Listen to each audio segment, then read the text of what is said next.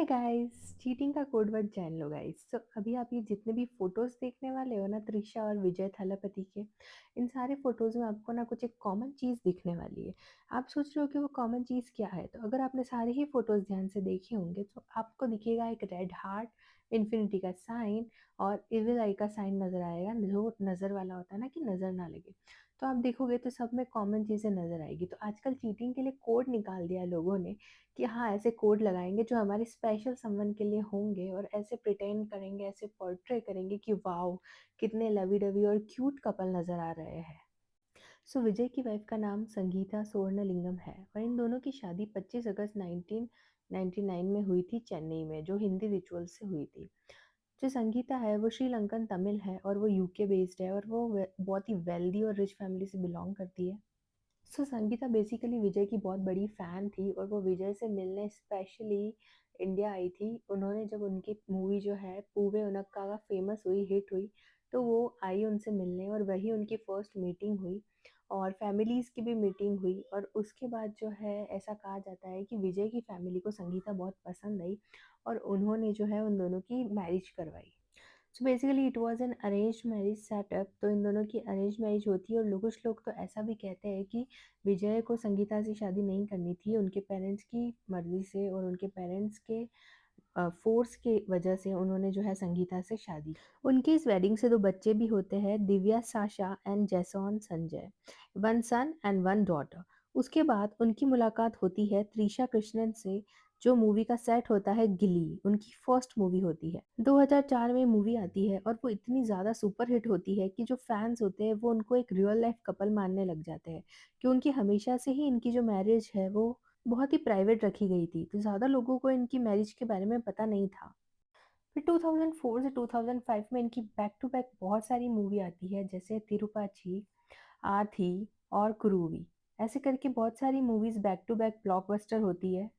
2008 के बाद इन्होंने काम करना साथ में बंद कर दिया था और बहुत लॉन्ग ब्रेक आया था, क्योंकि इनकी फैमिली को इनकी दोनों की क्लोजनेस से डिस्टर्बेंस होने लगा था और फैमिली ने इनको डिस्टेंस मेंटेन करने के लिए कहा था और फिर इन्होंने कोई भी मूवी नहीं की और एक लॉन्ग ब्रेक आया था 2008 के बाद। फिर संगीता और इनके बच्चों ने ये डिसाइड किया था कि अब जो है वो अलग रहेंगे। फिर 2023 में फिर से धमाका होता है, लियो फिल्म आती है और वो दोनों जो है फिर से उनके रूमर्स आने लगते हैं, फिर से उनकी क्लोजनेस के।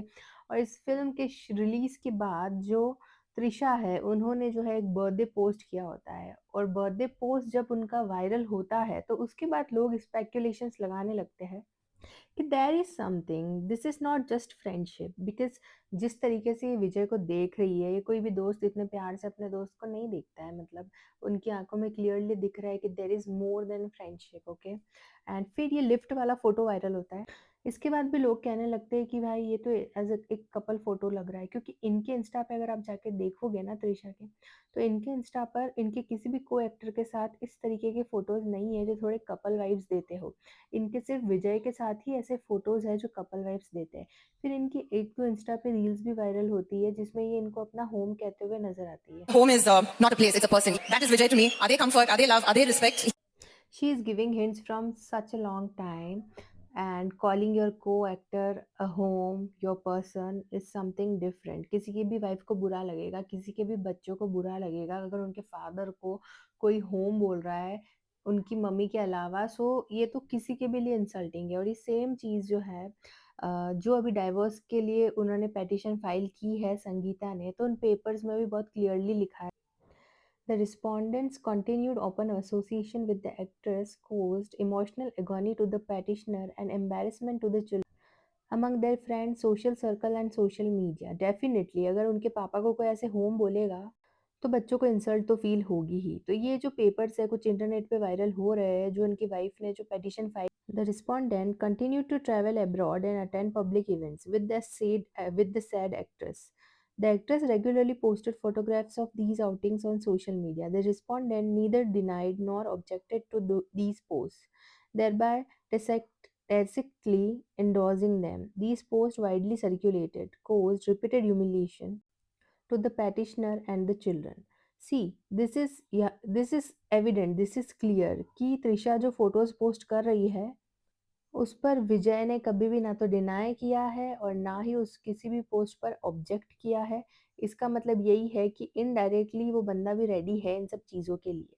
और डेफ़िनेटली जो है इंसान जो आदमी होता है वो बाहर जाकर के कुछ भी एक्स्ट्रा मैरिटल अफ़ेयर चलाता है, कुछ भी करता है, तो जो उसकी वाइफ़ होती है, उसके बच्चे होते हैं, उनको तो ह्यूमिलिएशन होता ही है। और जब फैमिली को इश्यू हो रहा था तो विजय जो है वो तृषा को फ़ोटोज़ पोस्ट करने से मना कर सकते थे, बट उन्होंने मना नहीं किया। इसका मतलब यही है कि वो भी इनडायरेक्टली एन्जॉय कर रहे थे इन सारी चीज़ों को और उनको अपनी वाइफ़ और बच्चों से कोई लेना-देना नहीं था। The respondent thereafter increasingly neglected the petitioner emotionally, mentally, and physically. He withdrew from conjugal relations, excluded her from his social and professional life, deliberately distanced himself. See, इन सारी चीज़ों में बहुत ही क्लियरली शो आ रहा है कि जो बंदी है उसके साथ गलत हुआ है, वाइफ़ के साथ हर तरीके से इमोशनली, मेंटली और फिज़िकली जो है उसको नेग्लेक्ट किया गया है और उसके साथ कोई भी कॉन्जुगल रिलेशंस नहीं रखे गए हैं और उसको सोशल और प्रोफ़ेशनल लाइफ़ से भी हटा दिया गया है। जब ये सारी चीज़ें कर दी गई है तो वो डाइवोर्स फाइल क्यों नहीं करेगी? तुम जो चीटिंग करो और वो डाइवोर्स भी ना दे।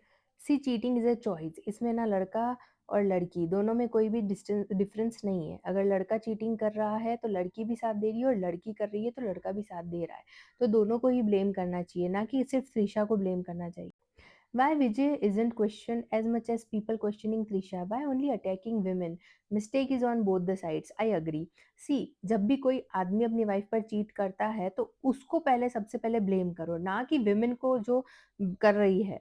क्योंकि ये आदमी है जिसने उसको राइट दिया है कि हाँ, वो जो है अपने पार्टनर के साथ चीटिंग कर रहा है और तुम जो है उसके साथ एक्स्ट्रा मैरिटल अफेयर में रह सकती हो। अगर वो तुमको रोक देगा तो कैसे तुम रहोगी? Of course, she's in love. Never she makes a post about any other actor's birthday. I would be happy because if someone is not liking their partners, they should move on and finding a companion is not a crime. See, but first you should divorce your wife and then you should do this. Cheating is a choice. जो भी इंसान cheating करता है उसको पता होता है कि वो क्या कर रहा है, ठीक है? और विजय जो है वो तमिल में बहुत बड़े एक्टर है, बहुत बड़ा नाम है और उन्होंने पॉलिटिक्स भी ज्वाइन की थी।